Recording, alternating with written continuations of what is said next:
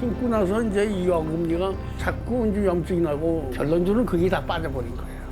살릴 수 있는 임플란트가 거의 없었다. 임플란트 주위염의 결과다. 임플란트 시술 후 이 씨처럼 축농증이 발생하는 사람은 5%에 이른다. 임플란트 20개를 심어 28개의 치아를 만드는 데는 무려 1년 반이 소요됐다. 꼼꼼한 양치질 후 물의 수압을 이용해 치아 사이를 세정하는 도구를 반드시 사용한다. 치간 칫솔로 한 번 더 청소한다. 그리고 치실로 확실한 마무리까지.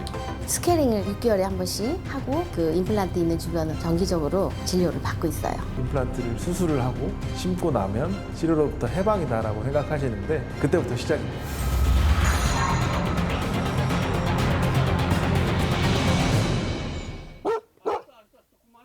올해 4월부터 틀니를 사용하고 있다는 이혁진 씨.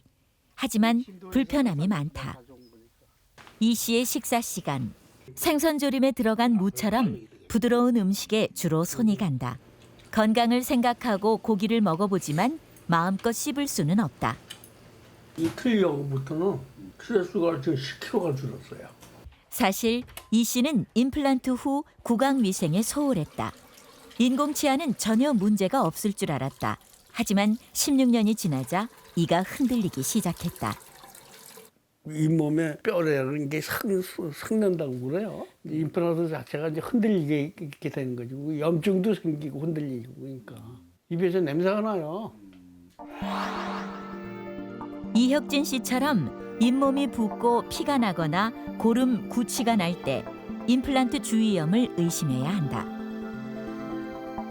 이 씨도 이런 증상이 나타난 뒤 윗니 9개 중 3개를 발치했다. 내시경 카메라로 본 이 씨의 치아 상태는 윗니의 경우 왼쪽 하나, 오른쪽 어금니 2개가 빠져 있다. 주로 사용하는 아래 어금니는 손상이 심하다. 신고 나서 이제 이 어금니가 자꾸 이제 염증이 나고 근데 결론적으로는 그게 다 빠져버린 거예요. 이혁진 씨가 대학병원을 찾았다. 실제 치아의 상태는 어떨까? 임플란트 옆으로 치조골이 드러나 있다. 대부분의 임플란트 주위가 부었고 염증도 발견됐다. 검사 결과는 예상보다 심각했다. 살릴 수 있는 임플란트가 거의 없었다. 임플란트 주위염의 결과다. 그런데 설명을 듣던 이혁진 씨가 뜻밖의 이야기를 꺼냈다. 물로 쐈을 때 코로 물이 나와요. 혹시 다른 문제가 있는 건 아닐까? 정밀한 검사를 위해 CT를 확인해 보기로 했다. 이 씨의 말은 사실이었다. 이제 오른쪽에 있는 임플란트, 이 임플란트 주변으로 이렇게 뼈가 지금 다 녹아 있고요. 상악동하고 완전히 뚫려 있으면서 이렇게 염증이 꽉 차 있는 이런 소견을 보여주고 있고. 임플란트 시술 후 이 씨처럼 축농증이 발생하는 사람은 5%에 이른다. 임플란트 주위염 등으로 잇몸뼈가 뚫리면 코 속 빈 공간인 부비동에 염증으로 고름이 차게 된다. 심한 경우 염증 제거 수술을 받아야 한다. 특히 임플란트 주위염에 걸리면 축농증 위험이 12배나 증가한다. 심각한 골소실과 축농증을 발견한 이 씨. 과연 임플란트 재수술은 가능할까? 고정식으로 임플란트를 하시고 싶다고 하신다면은 임플란트를 더 많이 제거하셔야 될 수도 있고요. 남아있는 임플란트와 새로 심어있는 임플란트가 서로 이제 높이도 안 맞으실 거기 때문에 그렇게 높이가 맞지 않는 임플란트도 유지 관리하시는데 문제가 되실 수 있거든요. 의료진은 남아있는 임플란트를 최대한 살리면서 기존 틀니보다 효과적인 임플란트 틀니를 권했다. 임플란트를 이제 씹는 거로 이렇게 계산을 하고 왔었는데 이제 그 뼈 이식이라고 해갖고 근데 그건 내 욕심이고 나이에 여기 선생님 말씀 따라서 이제 임플란트 최소한도 살려갖고 그거를 이제 버팀목으로 해서 또 이제 틀려는 거 그게 좀 이해가 많이 가네요. 임플란트 주위염은 금속 재질의 임플란트 뿌리를 공격하는 것이 아니라 이 뿌리가 박혀 있는 토대인 잇몸뼈 치조골을 공격합니다. 치조골은 한 번 사라지면 다시 되돌릴 수 없는데요. 때문에 한 번 빠진 임플란트를 다시 심기 위해서는 고리식 같은 힘겨운 과정을 겪어야만 합니다. 임플란트 주위염이 무서운 이유입니다. 그렇다면 임플란트 주위염을 피할 방법은 없을까요? 밤 껍질을 깎는 손길이 분주하다. 그런데 정관 씨의 밤 깨무는 소리가 유난히 크다. 놀랍게도 그의 모든 치아는 임플란트다. 이게 두 번째거든요. 예전에는 보철이 약해갖고 이런 거 먹으면 깨지는 수가 있었어요. 그런데 최근에는 이제 깨지지 않더라고요. 20년 전에 심은 임플란트는 5년 전부터 나빠지기 시작했다. 그리고 1년 반 만에 14개 임플란트가 모두 빠졌다. 모든 임플란트를 제거하고 다시 심는 과정은 간단하지 않았다. 심는 부위별로 뼈 이식 상태를 확인한 후 단계적으로 진행했다. 심어진 임플란트의 모양이 제각각인 이유다. 임플란트 20개를 심어 28개의 치아를 만드는 데는 무려 1년 반이 소요됐다.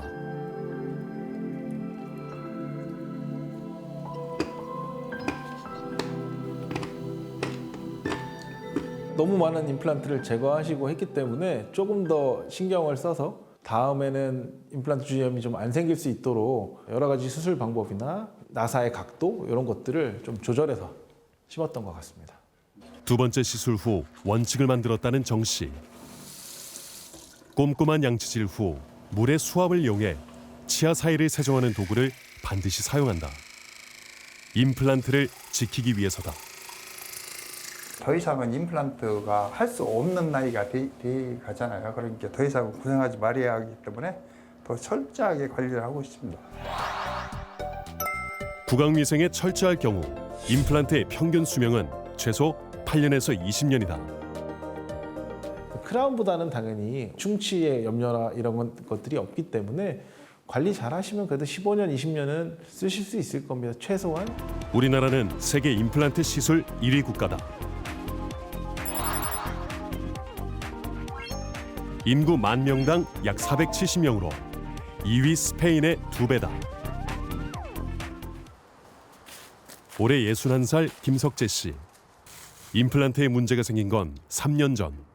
20년 동안 문제없이 잘 사용한 터라 일시적인 통증이라 생각했다. 하지만 방심한 대가는 컸다. 문제가 된 곳은 오른쪽 어금니. 뼈 손실을 동반한 주위염이 심각했다. 자칫 임플란트를 잃을 수도 있는 상황. 3년간의 꾸준한 치료로 다행히 임플란트 주위염은 많이 호전됐다. 식사가 끝나자마자 화장실로 향하는 김석재 씨. 구석구석 칫솔질을 한 후 치간 칫솔로 한 번 더 청소한다. 그리고 치실로 확실한 마무리까지.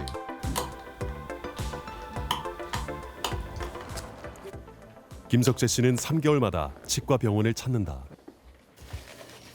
과연 치아 상태는 어떨까? 염증 없고 아주 좋으시고. 그래서 부러졌다고. 정기 검진을 받으면서 상태는 극적으로 좋아졌다. 뽑아야 할 임플란트도 지킬 수 있게 됐다. 보통은 그래도 이렇게 뼈가 넓어지고 다시 깊어지는 염증이 지속이 될 텐데 아주 드라마틱하게 이 뼈가 녹은 부위의 폭도 줄어들고 높이도 어느 정도 올라왔기 때문에 지금 이 나사는 충분히 앞으로도 더 사용할 수 있을 거라고 생각이 되고요. 다행히도 환자분이 소실되었던 뼈가 생기는 좋은 현상이 발생해가지고 원래는 제거를 계획할까 했었는데 제거하지 않더라도 아직까지는 충분히 잘 쓰실 수 있지 않나라는 생각을 하고 있습니다. 고생 많이 하셨어요. 네, 조심히 들어가세요. 김석재 씨는 정기적인 병원 검진의 효과와 중요성을 알려준다. 보통 저는 숟갈 놓고 물 마시고 나서 하면 한 1, 2분 사이에 칫솔질을 하거든요. 임플란트 주위염으로 3개월마다 대학병원을 찾는 윤경남 씨. 그녀도 정기검진의 효과를 봤다. 그녀의 잇몸을 자세히 살피는 의료진. 다행히 임플란트 주위염이 지난번 방문 때보다 호전됐다. 심하진 않아요. 저랑 처음 만났을 때보다 괜찮으신데 자꾸 이제 부으면 이제 살 두껍게 하는 건 하긴 해야 돼요. 윤경남 씨는 뿌리가 노출되는 것을 막고 염증을 제거하기 위한 치주 소파술을 시행했다. 치주 소파술은 잇몸 안에 생긴 염증을 기구를 이용해 긁어내는 수술이다. 잇몸 경계 부위에서 치석을 제거하는 스케일링과는 달리 잇몸과 치조골 사이에 위치한 깊은 곳에서 염증을 제거해야 하기 때문에 자칫 잇몸이 더 내려가는 부작용이 발생할 수 있다. 다행히 윤 씨는 주위염이 악화되지 않고 안정화 단계에 이르렀다. 정기검진 기간도 3개월에서 6개월로 늘었다. 환자분께서 자주 잘 오시고 본인도 노력을 많이 하셔가지고 더 이상 병이 진행되지 않고 앞으로도 뭐 드시는 데 큰 지장은 없으실 거고. 웃을 때도 편안하게 웃을 수 있고 네, 감사합니다. 네. 잘 관리하겠습니다. 네. 생활 습관도 바꿨다. 음식을 먹고 나면 곧바로 양치질을 한다. 철저한 구강 위생은 임플란트 관리의 첫걸음이다.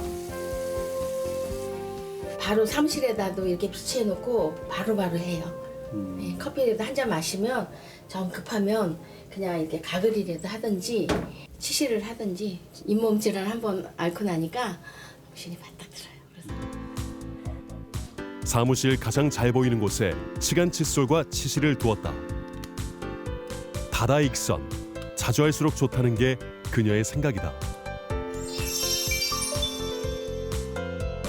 이게 양치만 하면 모든 것이 다 끝날 거다 생각을 했어요. 제가 암만 집에서 해도 치과에 가서 스케일링을 하는 거하고는 다른 것 같아요. 스케일링을 6개월에 한 번씩 하고 주변에 지금 잇몸에 그 임플란트 있는 주변은 정말 정기적으로 제가 진료를 받고 있어요. 환자분들은 이제 고생 끝에 임플란트를 수술을 하고 심고 나면 치료로부터 해방이다라고 생각하시는데 그때부터 시작입니다. 단순히 칫솔질만 해서는 당연히 임플란트 주변의 건강을 유지할 수 없고요. 그럼에도 불구하고 안 닦이는 부위들은 항시 존재합니다. 그런 것들은 치과에 내원하셔서 정기적으로 스케일링 받고 처치 받으시면 오래오래 잘 쓰실 수 있지 않을까 생각합니다. 임플란트 주위염 같은 경우에는 사실 그렇게 염증이 증상이 왔다 갔다 하는 경우에 환자분들이 간과하시기가 더 쉽죠. 흔들리지 않기 때문에 여러 개의 임플란트가 연결되어 있는 경우에 하나의 임플란트가 완전히 다 골소실이 돼서 망가졌는데도 불구하고 흔들리지가 않기 때문에 모르실 수 있습니다. 정기적으로 검진을 받으셔서 골소실이 진행되고 있는지 염증 소견은 없는지 정기적으로 엑스레이 찍어 보시고 확인을 하시는 것이 중요할 것 같습니다. 여러분이 오랜 시간 고액을 들여 만든 임플란트를 건강하게 지킬 방법은 무엇일까요? 첫째, 방심은 절대로 금물입니다. 임플란트 시술을 받은 사람 중에는 임플란트가 썩지 않는다는 이유로 양치질을 소홀히 하는 분들이 많은데요. 자연 치아보다 더 꼼꼼히 관리해야 합니다.